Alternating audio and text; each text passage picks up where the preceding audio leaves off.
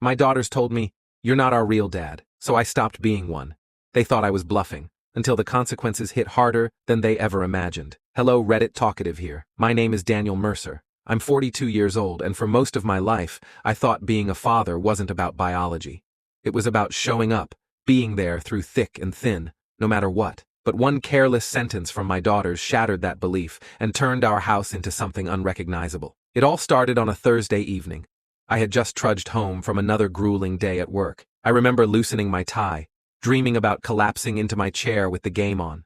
The house was too quiet. Normally Sophie, my 15-year-old, would be blasting music from her room, and Emily, 17, would be on the phone with her friends, laughing so loudly I could hear her from the driveway. But that night, nothing. When I stepped into the kitchen, Claire, my wife, was there. Glass of wine in one hand, phone in the other. She didn't even greet me.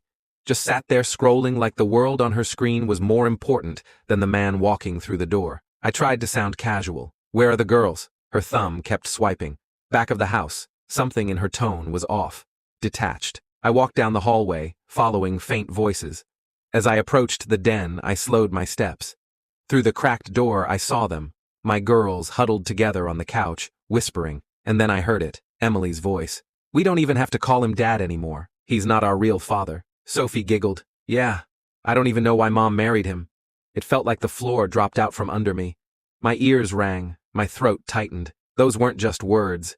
They were knives, sharp and deliberate. I wanted to storm in, demand an explanation, remind them of every birthday I never missed, every scraped knee I bandaged, every night I stayed awake when they were sick, but I froze. Something in me cracked, and instead of walking in, I backed away. That night, I barely touched dinner. Claire didn't ask why. The girls didn't look at me once.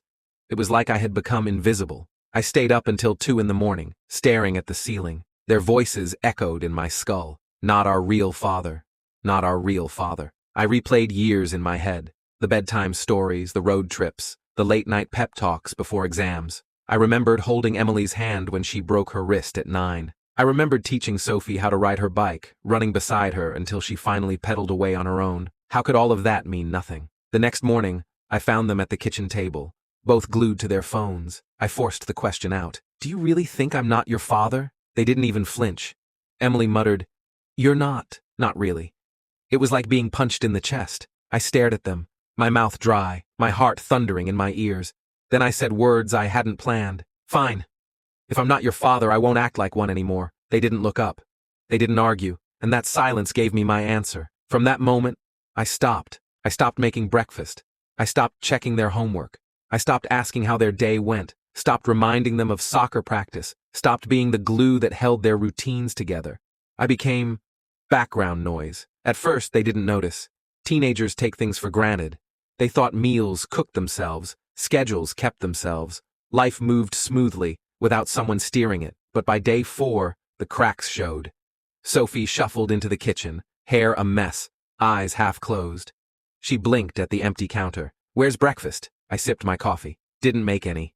She frowned. "Why not?" I shrugged. "You don't need me to." She stared at me, mouth slightly open, before stomping away. The next morning, she didn't ask again. By the end of the week, the atmosphere in the house had curdled. Claire noticed too. One evening, as I sat watching TV, she snapped, "Why are you acting like this, Daniel? Why are you pulling away from them?" I didn't even look at her. "Because they don't want me as their father." So I'm done pretending. Her face went pale. She didn't say another word. The girls, though?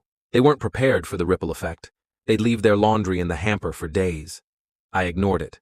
They'd ask me to drive them to practice. I shrugged. "Ask your mom." They'd leave dishes piled in the sink.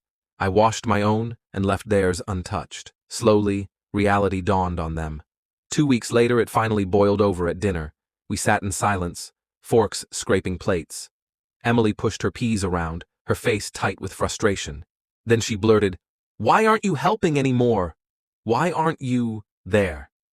I set down my fork and met her eyes. For the first time in days, I let her see the anger simmering inside me. "Because you told me I wasn't your father. I'm just honoring what you said." Her jaw dropped. "That's not what we meant." "Then what did you mean?"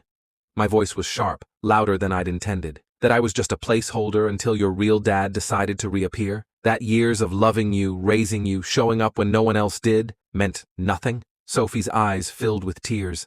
Emily shook her head. "We were just mad." We didn't mean it like that. Words matter, I said coldly.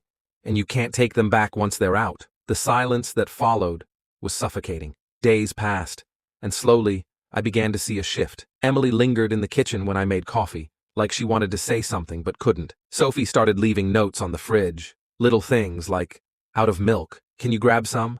Almost like peace offerings. One evening, I came home to find both girls at the table, books spread out, waiting. Emily cleared her throat. "Can you help me with math? I don't get it without you." I studied her face. For once, there was no attitude, no distance. Just a 17-year-old asking for her dad. Something inside me softened, but I didn't let it show. "You sure you want help from someone who's not your real father?" I asked quietly. Her face crumpled. Tears welled in her eyes. "I didn't mean it, I swear. I was angry and stupid, and I didn't mean it," Sophie chimed in, her voice trembling. "We were wrong. You've always been our dad." For the first time in weeks, I let myself breathe. That night, after they went to bed, Claire pulled me aside. Her voice was low. "They needed this. They needed to see what life is without you. You've always given, and they never understood what it cost." I nodded slowly. She was right. Sometimes love isn't just about showing up. Sometimes it's about stepping back and letting people realize exactly what you mean to them. And my daughters finally did.